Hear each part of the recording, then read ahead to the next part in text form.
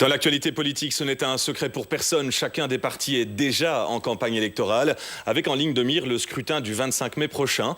À l'occasion des vœux de l'an, le parti écolo a redéfini ses lignes de campagne. Sébastien Degrave, Thomas Quinet. Un lancement de campagne sous le signe du divertissement, ça, c'est fait. Que la campagne électorale se recentre sur des propositions concrètes, voilà le vœu que forme Écolo. Le parti axe son programme sur le socio-économique. Son idée, stimuler l'économie et l'emploi grâce à des projets écologiques comme l'isolation massive des habitations. Quand on isole un logement, eh bien, le locataire, le propriétaire paye des charges moins élevées. Il n'a pas son pouvoir d'achat qui s'envole en fumée de mazout. Ça crée des emplois durables ici, dans la construction par exemple. Et puis c'est aussi très bon pour le climat.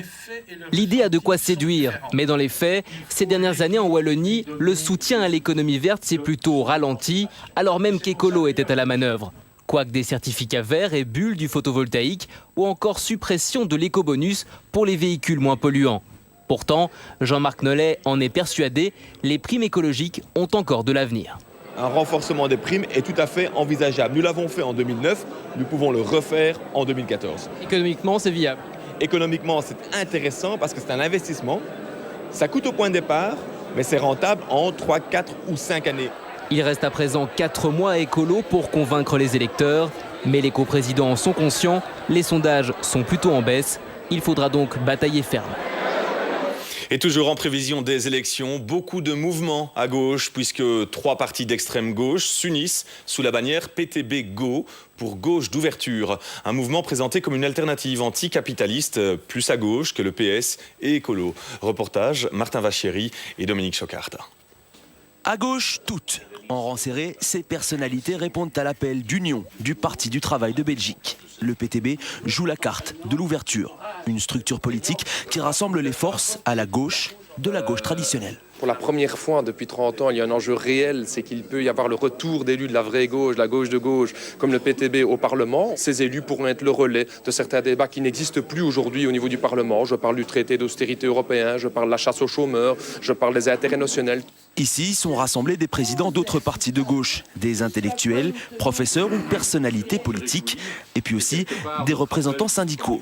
Avec un soutien de poids, la FGTB Carolo en rupture avec le Parti socialiste. Pour nous, cette demande, elle vient de nos militants, d'avoir effectivement une alternative à gauche du PS et d'Écolo. Donc nous pensons que cette initiative-ci répond déjà partiellement à notre appel. Et nous savons que cette demande est partagée par de nombreux militants un peu partout dans le pays.